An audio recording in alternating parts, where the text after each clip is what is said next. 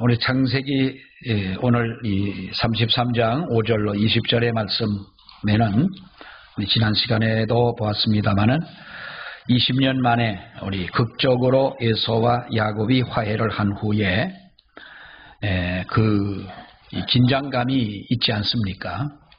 사실 형님의 모든 것을 빼앗아 도망을 갔던 야곱이 그때까지만 해도 마음에 원한을 품고 있는 에서가 그 동생을 맞으러 온다고 할 때에 정말 그 긴장감이 있었습니다마는 그 에서와 야곱 사이에 있었던 어떤 그 뜻밖의 화해하는 그러한 모습을 보게 되고 또 그 형제들 간에 어떤 정감 있는 대화가 이어지는 이 말씀을 볼 수가 있습니다.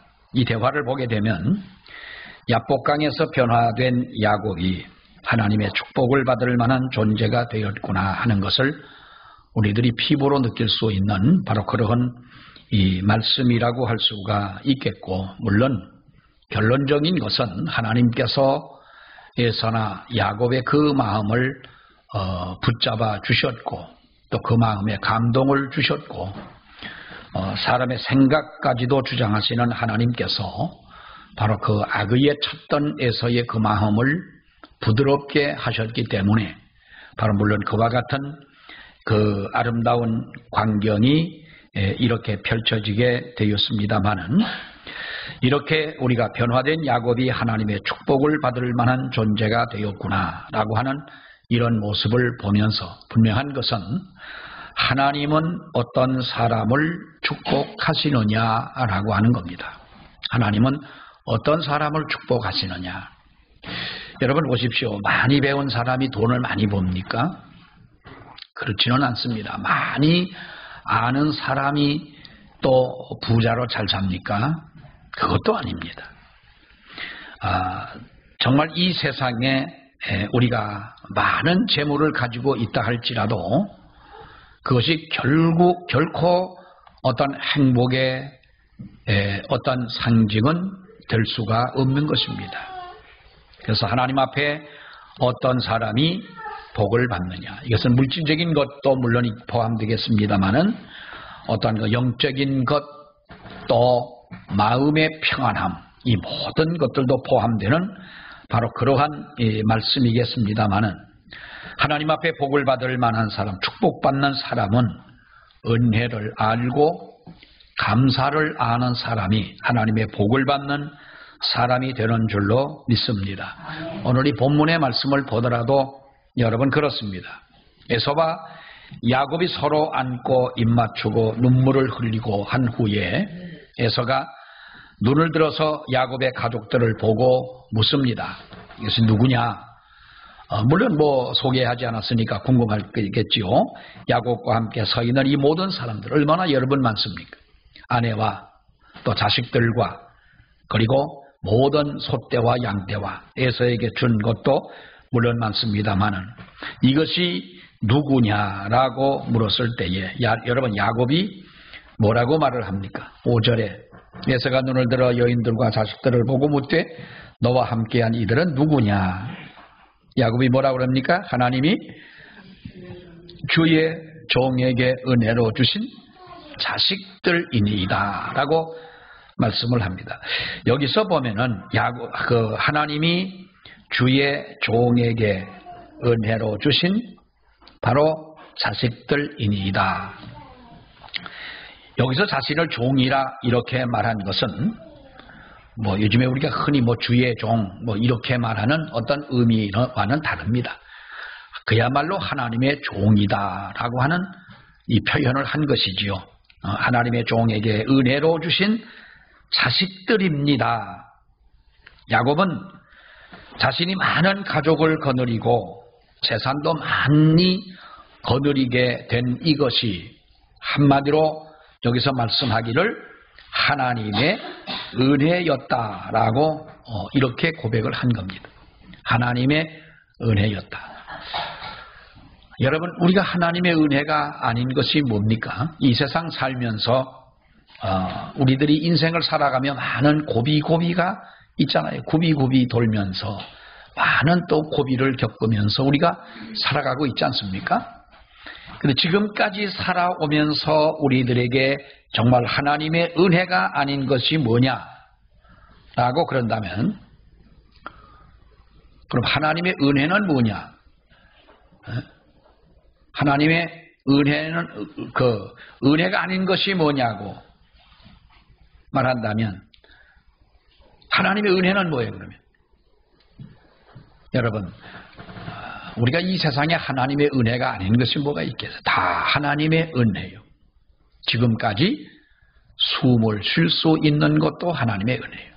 건강 주신 것도 하나님의 은혜인 줄로 믿습니다.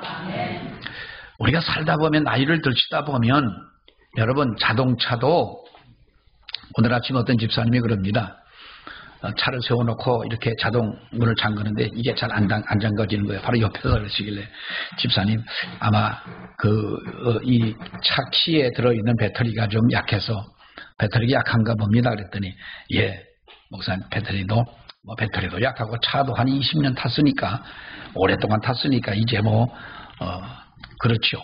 그러면서, 아유, 이제 시동 꺼지면 이제 제가 차를 또 사겠습니까? 그러면서 말씀을 하세요. 여러분, 그 20년밖에 안 됐어요. 쇠로 만든 차가, 그 차 타이어 여러분 안고 한번 뜯어보세요. 그거 뜯어지나? 타이어가 얼마나 튼튼해요. 그런데도 그 타이어 1년이면 갈아야 되잖아요. 아무리 튼튼해도, 내 혀가 아무리 약한 것 같아도 자동차 타이어보다 강한 줄 믿으시길 바랍니다. 내 이빨이 약한 것 같아도 자동차를 만든 철근보다도, 그 쇠보다도 강한 줄로 믿습니다. 강한 거예요. 지금까지 살아온 거 하나님의 은혜입니다. 연세가 드시면 여러분 좀 아픈 거, 아니 그럼 70년 사용하고 80년 사용했으면 좀 아파도 되지. 예? 이제 인상 쓰고 내가 이제 죽을라나 보다, 언젠간 죽을라나 보다 오래 살았다, 이런 소리 하지 마세요. 예? 지금까지 살아온 모든 것이 하나님이에요. 야곱의 고백이 그거였어요. 자식들이나 그 가지고 있는 양떼들이나 이 모든 것이 하나님의 은혜였다. 그리고 그 고백을 한 후에 에서가 자기에게 보낸 야곱이 형 에서에게, 여러분 앞서 보낸 뇌물 있잖아요. 뇌물, 선물이라고 말하지만은 형의 마음을 좀 돌리기 위해서 그에게 보내줬던 이 짐승의 떼, 이것이 뭐냐라고 에서가 물으니 그에 대해서 뭐라고 말을 합니까? 8절에 보세요. 8절. 에서가 또 이르되 내가 만난 바 이 모든 떼는 무슨 까닭이냐. 그랬더니 야곱이 뭐라고 말합니까? 이르되 내 주께 은혜를 입으려 함이니이다. 내 주께, 내 주라는 말은 여기서 주는 누구예요? 야곱이 내 주께 은혜를 입으려 하나이다 함이니이다 할 때 내 주가 누구냐 이 말이에요. 에서지요. 에서를 보고 내 주라 그랬죠. 여러분, 여기서 주라고 말하는 것은 우리가 주님이라는 말과 의미는 달라요. 사라가 아브라함 보고 내 주여 그랬어요. 그럼 사라를 아브라함이 구원합니까? 그건 아니잖아요. 그만큼 이 주라고 하는 말에는 높이는, 아주 극도로 높이는 존칭어가 주라는 말도 됩니다. 그러니까 내 주께, 형님에게 은혜를 입으려 하나이다 그랬어요. 내가 은혜를 입으려 하나이다. 그러니 이것을 받아달라 그 말이지요. 여러분, 이 야곱의 모습을 어떻게 보면은 가상하게 본 에서가 뭐라고 이야기를 합니까? 그때 8절의 말씀에 그렇게 말을 하는데 9절에 보면은 에서가 이르되 내 동생아 내게 있는 것이 족하니 네 소유는 어떻게 하라? 네게 둬라 그 말이에요. 네게 둬라. 나는 가난한 자가 아니다. 봐라, 400명의 군사를 이끌고 올 만큼, 400명의 군사를 데리고 있을 만큼 그도에서도 부하게 사는 사람이라 그 말이에요. 그래, 내게 있는 것이 족하니 너는 네 것은 내게 거두라, 이렇게 말을 하니까 야곱이 여러분 보세요. 10절에 보세요. 10절 시작. 야곱이 이르되 그렇지 아니하나이다. 내가 형님의 눈앞에서 은혜를 입었사오면 청하건대 내 손에서 이 예물을 받으소서. 내가 형님의 얼굴을 배운즉 하나님의 얼굴을 본 것 같사오며 형님도 나를. 자, 여기 조금 우리가 야곱이 좀 오버하는 표현을 썼어요. 형님 뭐라고 말합니까? 그렇지 않습니다. 이걸 다 도로 가져가라 그 말이죠. 내 것이. 여러분, 그러니까 에사의 마음이 얼마나 누그러지고 평정이 된 거예요. 그러니까 야곱과 헤어지기 전에 형제로 있을 때와 같았던 그때의 마음으로 이제 완전히 변화가 된 거예요. 그 전까지만 하더라도, 조금 전까지만 하더라도 야곱은 만나면 죽이고 싶은 바로 그러한 그 자기의 원수와 같은 자였어요. 그런데 만나고 보니 그토록 하나님 앞에 기도했더니 하나님께서 야곱의 마음에도 은혜를 주셨지만은 그가 만나야 될 에서에게도 하나님께서 은혜를 주셨더라. 그래서 여러분 그래요. 구원받은 자에게 주시는 은혜는 본인도 깨닫지만은요, 우리가 기도할 때에 구원받지 못한 사람들에게 내리시는 은혜는 그 사람은 깨닫지 못해요. 무슨 말인지 이해가시죠? 네? 그래서 하나님의 이 은혜를 그 두 사람이 다 받은 거예요. 내가 형님께 은혜를 받았사오면 이 예물을 받아주소서. 그러면서 뭐라고 하죠? 내가 형님의 얼굴을 배운즉 누구의 얼굴을 뵌 것 같다? 하나님의 얼굴을 뵌 것 같다는 거예요. 얼른 들어보면은요, 아주 좀 얍삽하고 뭔가 좀 뭡니까, 이 야곱이 아주 간사한 아부하는 어떤 그런, 오죽하면 뭐 형님의 얼굴을, 하나님 얼굴을 뵌 것 같습니다. 목사님의 얼굴을 뵈니까 하나님의 얼굴을 뵌 것 같습니다. 내가 그때도 말했죠. 목사님 보니까 제가 기도했더니 보름달이 하게 떠오르는 환상을 봤는데 그것이 강단에서는 목사님의 얼굴을 보니까 그렇다더라. 난 되게 좋았지요. 근데 그것이 6개월도 안 가는 은혜였어요. 예, 알고 보니 6개월이 뭡니까? 몇 개월 가지도 않는 은혜. 근데 형님의 얼굴을 보니 하나님 얼굴을 뵌 것 같다는데 에서의 마음이 어떻겠어요? 근데 그 말은 어떤 말입니까? 여기에서 하나님 얼굴 같다라고 하는 이 표현을 합니다만 형님의 얼굴을 보니 내가 너무 좋다는 말이에요. 거기에는 나를 용서하는 형님의 얼굴을 보니 진정 하나님의 은혜를 입은 형님의 얼굴, 그 얼굴을 보는 것 같다는 말이에요. 그 형님의 얼굴 속에서 하나님의 은혜를 보는 것 같다는 말이에요. 이 말의 의미는 그런 뜻입니다. 그러니 여러분 보세요. 우리가 우리끼리 얘기할 때, 아이고, 권사, 아무개 권사님 얼굴을 보니까 하나님 얼굴을 보는 것 같아. 이렇게 말을 하면 어쩌면 그 말을 듣는 상대방의 마음이 좀 어떨 것 같아요. 부담스러워도 아주 왕부담인 거예요. 그러나 이 말을 그렇게 하지 말고, 이 본문의 말씀은 그런 뜻이죠. 형님 얼굴을 보니까 하나님 얼굴을 본 것 같아요. 이 말은 형님의 얼굴을 볼 때마다 정말로 형님은 하나님의 은혜를 받은 분의 얼굴임이 틀림이 없다라고 한다면 이것처럼 귀한 칭찬이 어디가 있겠어요? 여러분 보세요. 11절 말씀을 보면은 11절 한번 더 보면 시작. 하나님이 내게 은혜를 베푸셨고 내 소유도 족하오니 청하건대 내가 형님께 드리는 예물을 받으소서 하고 그에게 강권함에 받았다 그랬지요. 여기에서 볼 수 있는 것이 뭐냐? 야곱은 입을 열 때마다 무엇을 얘기합니까? 은혜를 얘기하는 거예요. 은혜.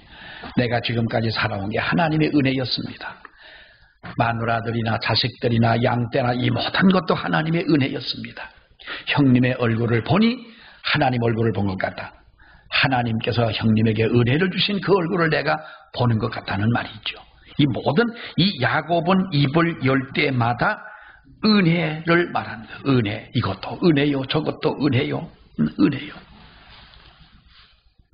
옛날에 어떤 권사님 한 분이 그런 분이 계셨어요. 제가 어릴 때 난 그분을 처음에는 아주 가식적인 것처럼 생각을 했어요. 이게 한여름에 뜨거운데 나무 밑에 앉아있는 거야. 누가 시원한 물을 주전자에다 갖다가 이 물을 이제 한 컵 드렸어요. 그랬더니 물을 마시면서 하나님 이렇게 더운 날 이렇게 시원한 물을 마시게 해서 감사합니다. 눈을 뜨고 이제 기도를 그렇게 하는 거예요. 또 바람이 쏙 불어요. 바람이 쏙 불으니까 하나님 이렇게 시원한 바람을 불게 해주셔서 감사합니다. 난 처음에는 어디서 바리새인 같은 권사님이 왔나 보다 그랬어요. 그래서 우리 친구들하고 그랬어요. 야, 내가 좀 순진하진 않았던 것 같아. 순진했으면 그냥 그런가 넘어갔을 텐데. 우리 친구 보고 옆구리죠. 야, 저 권사님은 뭐 좀 이상하지 않냐? 뭐 그렇게 입만 열면 감사하고 뭐 바람이 시원하고 물이 식으로 물이 차갑지 그러면 말 안 그러냐? 우리 어저께 하현이가 저 할머니가 차에서 내리면서 비가 쏟아질 때 비를 맞으면서 아차차차 하면서 갔어요. 그러니까 문을 탁 닫으니까 나를 착 쳐다보더니 6살짜리가 할아버지 비가 차갑지 않으면 비가 아니지요. 그러는 거예요. 나는 그럼 아주 명언을 했어요. 참 이 어린 놈이 그 표현력이 참 대단하구나. 별소리를 다 하는구나. 아니 그때 내가 그렇게 생각했어요. 아 차갑지 않으면 그러면 물이 차갑지 그럼 바람이 시원하지. 근데 그 권사님은 평소에 그런 거예요. 평소에 모든 게 은혜라는 거예요. 나중에는 제가 살아면서 그 권사님의 얼굴만 봐도 정말 은혜로운 거예요. 이것이 야곱이 형님의 얼굴을 바라보고 표현했던 그 표현과 같은 거예요. 형님의 얼굴을 보니 하나님의 얼굴을 보는 거. 아니 야곱이 하나님 얼굴을 봤어요? 응? 아니 하나님 얼굴이 에서 얼굴처럼 생겼어요? 그건 아니잖아요. 권사님의 말씀하시는 그 말씀. 그래 그 권사님이 기도할 때 어쩌다 대표 기도를 할 때마다 정말 그 권사님의 그 기도가 은혜가 되는 거예요. 죽일 놈 살릴 놈 썩을 놈 어쩔 놈 하더고 막 그러던 입술 가지고 걸어가시고 자비로우시고 은혜로우시고 우리를 인도하시고 천지전능하시고 이런 하나님이라 그러면 아이고 욕이나 하지 말지 속으로 그럴 거 아니에요. 근데 그 권사님은 모든 말이 진실인 거예요. 그런 권사님이 계셨어요. 그런 권사님이 계셨기에 나 같은 목사가 생긴 거예요. 이 쑥스럽니? 사실 그래. 그런 권사님이 계시기에 우리가 너 이렇게 해라 저렇게 해라 말하지 않아도 그런 권사님의 신앙을 보면서 믿음의 어린 아이들이 배우게 되는 거다 그 말이에요. 그게 교회에서는요, 여러분 그게 중요합니다. 입을 열 때마다 은혜를 말하는 이 야곱의 마음을 보게 되면 여러분 에서의 마음도 더욱 누그러지게 되는 것이고 에서도 야곱을 어떻게 합니까? 더 환대하지 않습니까? 우리가 12절에 있는 말씀을 보면 한번 보십시다. 시작. 에서가 이르되 우리가 떠나자 내가 너와 동행하리라. 이 말은요, 내가 너와 동행한다 같이 간다는 말이 아니고 내가 너의 가이드가 되어주겠다는 말이에요. 내가 너를 인도해 주겠다. 내가 너의 가는 길을 안내해 주겠다. 여러분 우리가 여행을 가서 뭐 해외 여행을 많이 가거나 우리가 해외가 아니라 제주도라 하더라도 뭐 제주도는 이제 몇 번 가다 보면 뭐 혼자 가서 다 뭐 찾아다니고 뭐 요즘에 인터넷이 있어서 뭐 인터넷만 할 줄 알면 다 찾아가겠습니다만은 안내자가 있을 때와 없을 때는 정말 다르지 않습니까? 옛날에 그 관광버스에는 안내양이 있었어요. 안내양이 어떤 사람은 아주 가면서 뭐 그야말로 이제 그 안내를 잘 해주는 거예요. 이 양평을 지나간다 그러면 뭐 양평에는 뭐 대표적인 산이 용문산이고 뭐 이런 양평에 대한 유래라든지 지금의 뭐 가볼 만한 곳이라든지 뭐 쭉 얘기를 해주면 우리가 그냥 지나갈 때는 뭐 그런가 보다 하고 지나가지만은 그런 어떤 안내를 들으면서 가게 되면 이곳은 이러한 곳이었구나라는 것이 어떤 마음이 쏠리게 되잖아요. 에서는 야곱은 내가 너를 안내해 주겠다는 거예요. 여러분 이 말은 무슨 말인가 하면 내가 너를 보호하고 내가 너와 함께하며 너의 가는 길을 내가 너를 지켜주겠다 하는 어떻게 보면 아주 과분한 그런 그 제안을 하게 된 것입니다. 여러분 하나님은 어떤 자에게 축복을 하십니까?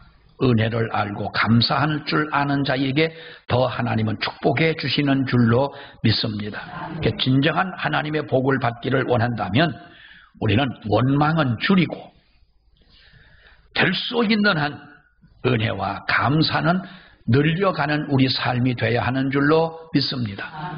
입을 열기만 하면 원망하고 입을 열기만 하면 우리가 불평하고 이래서는 안 된다는 것이죠. 왜 사람이 원망을 합니까? 이것은요, 원망하는 사람들을 심리적으로 보면 우리가 좋은 일을 심리적으로 잊어버린다는 거예요. 그러니까 좋은 일은 잊어버리고 나쁜 일은 마음에 새긴다는 거예요. 이것을 어떤 분은 악성 건망증이라고 그랬어요. 악성 건망증. 우리 몸에 여러분 이 종양, 혹 같은 것이 생깁니다. 사람 몸에는 뭐 여자나 남자나 뭐 간에도 물혹이 생기고 어디에도 생기고 우리가 내시경을 해보면 그래서 우리가 혹을 떼지 않습니까? 이런 거 떼는데 근데 그것이 우리가 양성이 아닌 악성이 아닌 음성이기에 다행인 거지요. 우리 몸에 여러분 보세요. 좋은 것들은 다 빠져나가고 나쁜 것만 남는다면 이것을 우리가 병든 사람이요 암에 걸린 사람과 같은 거예요. 자, 사람의 마음 그렇잖아요, 여러분. 우리 마음 속에 좋은 것들, 은혜 받았던 것들, 이런 것들, 우리가 이런 것들이 마음에 가득한 사람이 원망하겠느냐 그 말이에요. 좋았던 건 다 잊어버리는 거예요. 그리고 나쁜 것들만 마음속에 있어요. 이런 심리를 가지고 살아갈 때에 우리는 이런 것은요, 어느 누구에게도 도움이 되지를 않아요. 가장 이러한 심리적인 문제로 치명적 상처를 받는 사람이 누구냐? 그것은 본인인 거예요. 본인. 부부싸움을 해도 10년 전, 20년 전, 30년 전 처음 어떤 사람은 신혼여행 가가지고부터 가졌던 그걸 잊어버리지 않고 또 말하고 아니 그러면 한번 날 쳐다보세요. 신혼여행 가서 기분 나빠 싸웠던 거 지금 얘기하면 뭐하냐 말이요. 살쪄요? 그 얘기하면? 에? 아니 그거 갖고 팔짝을 칩니까? 뭘 그걸 잊어버리지 않고 그 나쁜 것만 내 마음을 아프게 했던 것만 왜 기억을 하고 있느냐 이 말이요. 악성 건망증을 우리는 여러분 이것이 우리 마음 속에 있어서는 안 됩니다. 그렇죠? 은혜 받았던 일, 좋았던 일, 정말 우리가 감사한 일 이것이 다 사라져버린다고 생각을 해보세요. 그 나빴던 일, 기분 나빴던 것, 내가 상처받았던 것 이런 것만 내 마음 속에 여러분 도사리고 있다고 생각을 해보세요. 그런 마음을 가지고는 우리는 하나님의 복을 받을 수는 없다는 거예요. 야곱의 마음에는 지난날 모든 것들은 다 사라졌습니다. 그래서 성도의 가장 아름다운 행동, 아름다운 삶, 아름다운 모습 중에 하나는 무엇이냐? 은혜를 알고 감사하는 삶인 줄로 믿습니다. 축복받는 가정, 축복받는 교회 이런 것이 여러분 남과 다른 것이 무엇입니까? 감사가 있고 정말로 하나님의 은혜를 잊지 않는 여기에 하나님은 축복해 주시는 줄로 믿습니다. 또 하나는 우리가 오늘 이 성경에서 볼 수 있는 것은 바로 야곱의 온유하고 겸손함입니다. 야복강 나루에서 기도했던 야곱이 하나님 앞에 변화를 받지요. 정말 하나님 앞에 거듭남의 그 체험을 하게 되는 것입니다. 그리고 나서 그는 겸손하고 온유한 사람으로 변했음을 알 수가 있고 그런 태도뿐만 아니라 변해진 것이 뭐냐? 야곱의 언어의 순환이 됐다는 거예요. 언어가 바뀌어졌다고 하는 거예요.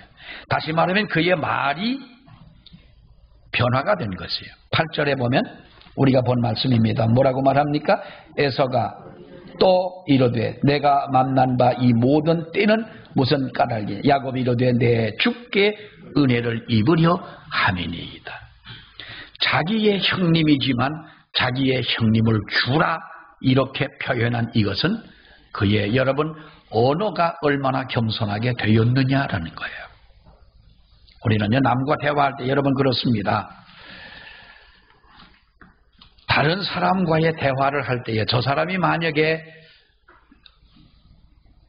단어를 100개를 이야기했다면 나는 한 30개, 40개만 이야기하는 것이 훨씬 지혜로운 대화법인 줄로 믿습니다.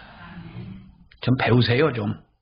이건 내 말이 아니라 어느 언어학자들도 그럽니다. 남과의 대화 속에 저 사람이 만약에 100을 이야기한다면 100%를 이야기한다면 나는 몇 프로?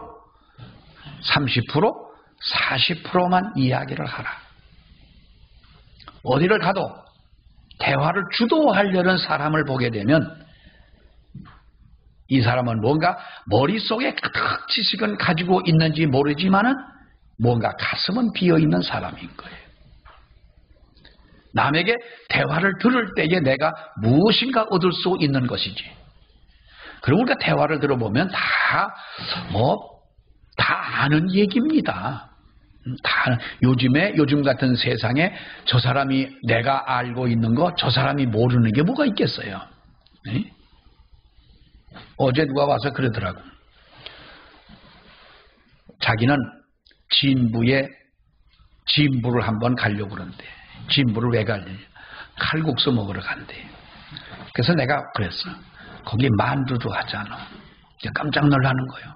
아니 그게 며칠 전에 TV에서 나왔거든요.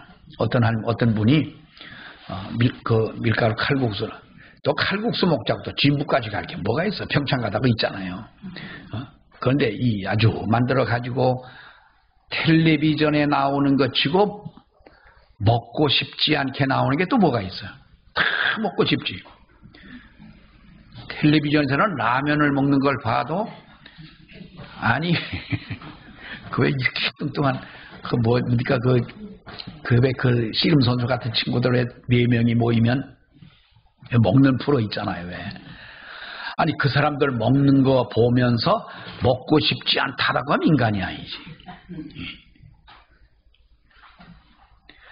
그렇게 여러분 우리가 지금 세상에서 우리가 나만 알고 있는 게 뭐가 있냐고.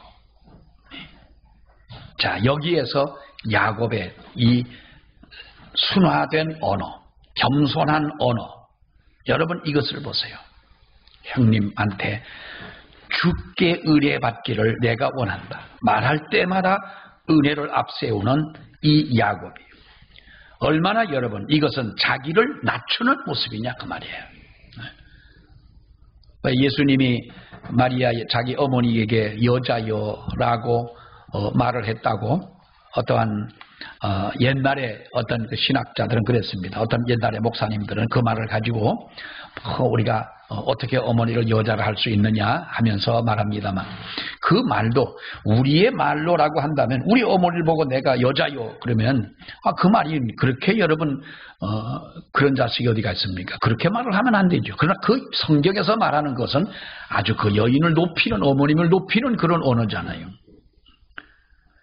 여기에서 이 야곱이라고 하는 사람이 바뀌어진 것이 여러분 무엇입니까?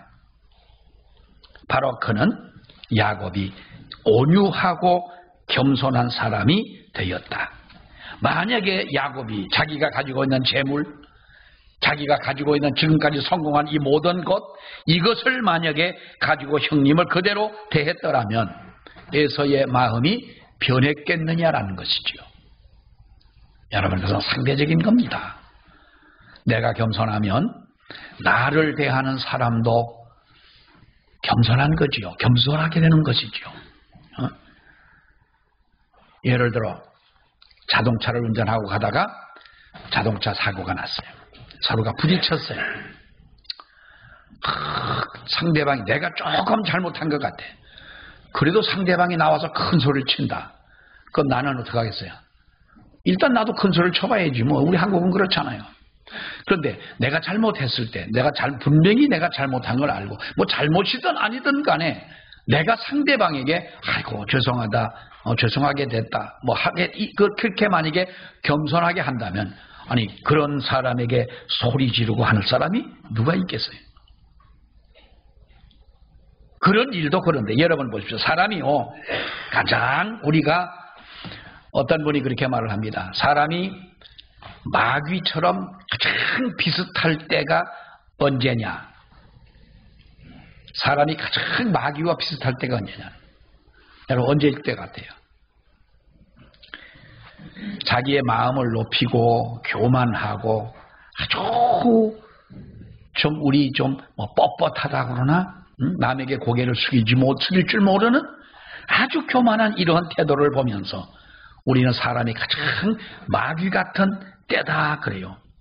마귀가 여러분 어떻습니까? 하나님과 같이 높아지려는 하나님 자리까지 넘보다가 쫓겨난 존재이기 때문에 가장 마귀의 속성 중에 가장 기본적인 것은 교만이라는 거예요.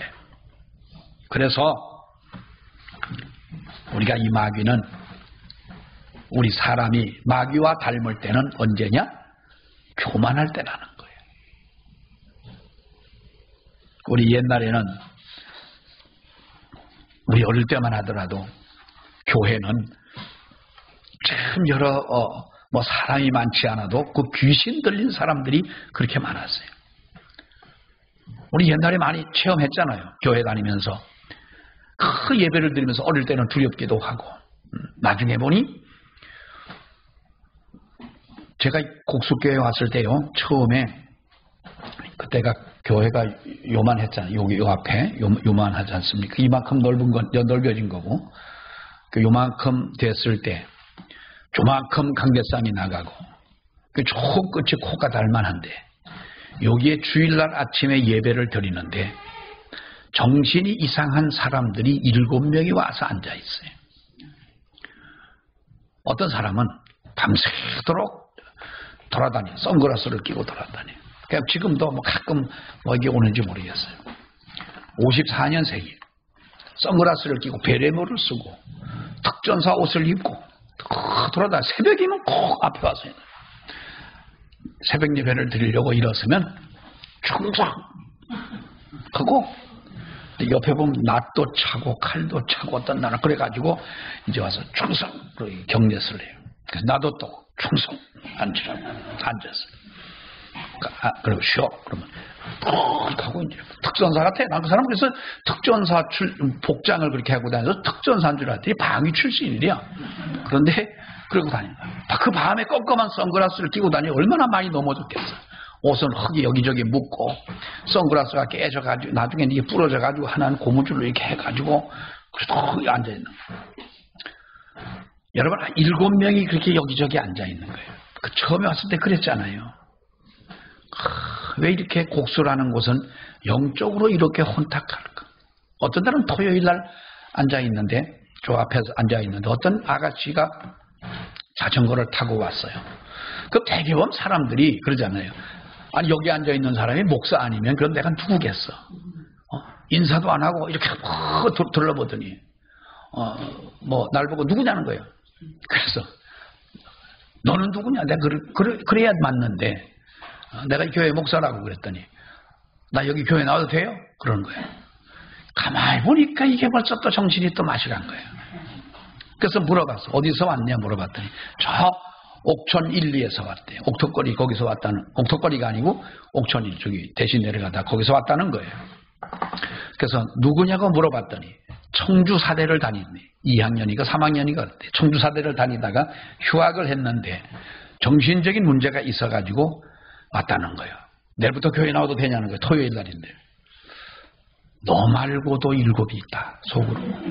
너 말고도 너와 비슷한 애가 7명이 있는데 하나님이 특별히 나에게 어떤 그런 은사를 주신 것 같지도 않은데 왜 이렇게 이런 사람들이 많이 오나. 근데 그 다음 오라고 그랬어요. 교회를 오라고 그랬더니 와가지고 온다고 그래놓고는 그 다음날 약속을 안 지키고 아무튼 그 친구는 그리고는 못 봤는데 옛날에는 교회들이 그렇게 많았던 거예요. 왜 그렇게 그랬어요? 여러분, 이 옛날에 얼마나 여러분 우리들이 귀신을 숭배하고 사탄을 숭배합니까? 그러니까 그러한 사람들이 많았는데 여러분 보세요. 귀신이 제일 싫어하는 사람이 누구냐? 사탄이 제일 싫어하는 사람이 누구냐? 온유하고 겸손한 믿음을 가진 사람을 싫어한다면 우리가 가져야 할 모습은 어떤 모습이겠어요? 온유하고 겸손한 모습을 갖는 것이 이것이 주님을 기쁘게 해드리는 모습인 줄로 믿습니다. 이 모습이 하나님 앞에 복을 받는 모습이다. 우리는 다 여러분 야복강 나루에서 기도하기 전에 야곱과 같은 모습 아니에요? 누구에게 지기 싫어하고 누구보다 누구의 머리 위에 내가 올라서야 되는 것이고 저 사람을 내가 밟고서야 성공하는 것이고 내가 무얼로도 너한테는 지기 싫다는 이러한 교만함과 오만함이 언제부턴가 내 마음을 사로잡고 있을 때 그래도 우리는 그것이 정당한 것으로 생각을 했던 것이고 이것이 내가 세상을 살아가는 삶의 방법인 것처럼 우리는 생각을 하고 있는 거예요. 그러나 이것은 바로 주님이 기뻐하시는 모습이 아니라 사탄이 기뻐하는 모습이었다는 거지요. 또 하나 야곱은 20절 말씀을 봅니다. 마지막 절 20절 시작. 거기에 제단을 쌓고 그 이름을 엘로헤 이스라엘이라 하였더라. 자, 여기 보면은 엘로헤 이스라엘이라 하였더라 라고 하는 이 말은 이스라엘의 하나님이라는 말이죠. 에서가 같이 가자고 그럽니다. 그럴 때 야곱이 뭐라고 말을 합니까? 이 소떼가 새끼를 거느리고 어린아이들이 있고 해서 형님과 같이 같은 속도로 갈 수가 없습니다. 그러니 형님이 먼저 올라가시면 내가 나중에 형님 있는 곳으로 가겠나이다 라고 이렇게 이야기를 합니다. 그러면서 그는 숫곳이라고 하는 곳에서 집을 짓고 우리간을 만들고 몇 년 동안 거기서 머무릅니다. 그러나 숫곳은 그가 머물 약속의 가나안 땅은 아니었던 거지요. 그러다가 18절 말씀을 보면은 숫곳에서 떠나서 가나안 땅 세겜으로 들어가게 됩니다. 세겜성 근처에 바로 그가 땅을 사서 장막을 치고 살게 되는데 몇 년이 지난 후에 에서가 먼저 올라가고 그 뒤에 야곱이 따라 올라갑니다. 그러면서 가장 먼저 한 일이 뭡니까? 20절 말씀에 보게 되면 거기 단을 쌓고 그 이름을 엘로헤 이스라엘이라 하였더라. 이곳이 하나님의 집이다 라는 거죠. 아브라함이 어디를 가든지 제단을 쌓았다는 겁니다. 아브라함이 어디를 가든지 제단을 쌓았더라. 여호와의 이름을 불렀더라. 이삭도 마찬가지였고 야곱도 하나님의 은혜를 받고 난 뒤에 가장 우선적으로 한 것이 뭐냐? 예배하는 일이다. 제단을 쌓는 일이라는 거예요. 가끔 카페에서 오는 분들을 이렇게 만나 이야기를 하다 보면 당신들이 서울에서 이사를 와가지고 이곳에 와서 있는 동안 몇 년 동안 교회를 안 나간 거예요. 난 참 서울 교인들 보면 참 이상한 교인들 정말 많아요. 어떤 분은 3년을 안 나가다가 그러고 어떤 분은 열심히 나가긴 나갔는데 여기서 인천까지 가는 분도 있잖아요. 서울. 참 대단한 분들이에요. 근데 다니는 건 좋은데 와가지고는 이렇게 몇 년 동안 신앙생활을 하지 않는 거예요. 우리 예수 믿는 사람들이 어디를 가더라도 여러분 우리는 교회에 예배하는 일을 우선 해야 되지 않습니까? 내가 내 본교회를 오지 못한다면 어차피 불가피 어디를 이사를 가게 된다면 그곳에서 예배할 장소를 먼저 찾는 것이 예수 믿는 사람들이 해야 할 일이죠. 무조건 가고 나서 어디를 가고 나서 찾아보니 교회가 없더라. 그래서 교회를 예배를 못 드렸다. 이건 여러분 안 되는 겁니다. 야곱은 어디를 가나 먼저 하나님 앞에 이렇게 제단을 쌓았더라. 예배라고 하는 것은 하나님을 최고로 높이는 여러분 이러한 행위가 예배 아니겠습니까? 신앙생활에 있어서 예배라고 하는 것은 우리의 몸의 심장과도 같은 것입니다. 무엇보다도 성도에게 예배는 우리의 심장과 같은 거예요. 만약에 팔뼈가 금이 가서 부러져서 있으면 이것을 여러분 어떡합니까? 거기에다가 공고리를 쳐가지고 한 달이든 두 달이든 둘러매고 있어도 그 다음에 팔이 나으면은 풀고 정상적으로 할 수가 있고 다리도 마찬가지입니다. 그런데 심장 보고 며칠만 좀 쉬고 있어라 그럴 수 있습니까? 심장은요, 이것은 한순간도 쉬면은 안 됩니다. 그렇잖아요. 심장이 뛰다가 한 1분만 안 뛰고 있으면 여러분 그 다음에는 어디 사람이요? 요단강 벌써 건너간 사람이요. 예배는 무엇과 같아요? 심장과 같은 것이요. 계속 우리에게 피를 공급해 주는 심장처럼 예배를 통하여 얻은 힘으로, 예배를 통하여 받은 하나님의 은혜와 사랑으로, 하나님의 말씀으로 우리가 한 주간을 살고 이 세상을 살아가는 거예요. 하나님은 이러한 자에게 축복하시는 하나님이신 줄 믿습니다. 기도하겠습니다. 하나님 은혜를 감사합니다.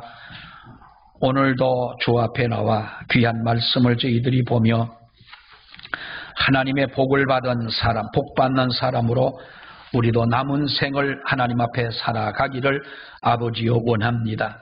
야곱이 하나님 앞에 기도하여 그가 하나님의 은혜를 받고 변화한 사람으로 온유하고 겸손하며 감사하며 또 예배하는 일에 힘쓰는 사람이 되었던 것처럼 우리도 하나님 그렇게 변화하는 사람으로 살아갈 수 있도록 아버지여 도와주시옵소서. 우리의 마음속에 원망과 불평과 그리고 우리에게 마음속에 나빴던 것을 기억하는 이러한 모든 것들은 사라지게 하시고 정말로 우리 마음속에 감사가 있고 은혜가 있고 감동이 있고 하나님의 좋은 기억들로만 가득한 그러한 가슴으로 살아가는 우리 모두가 되게 해 주시옵소서. 예수님 이름으로 기도하옵나이다. 아멘.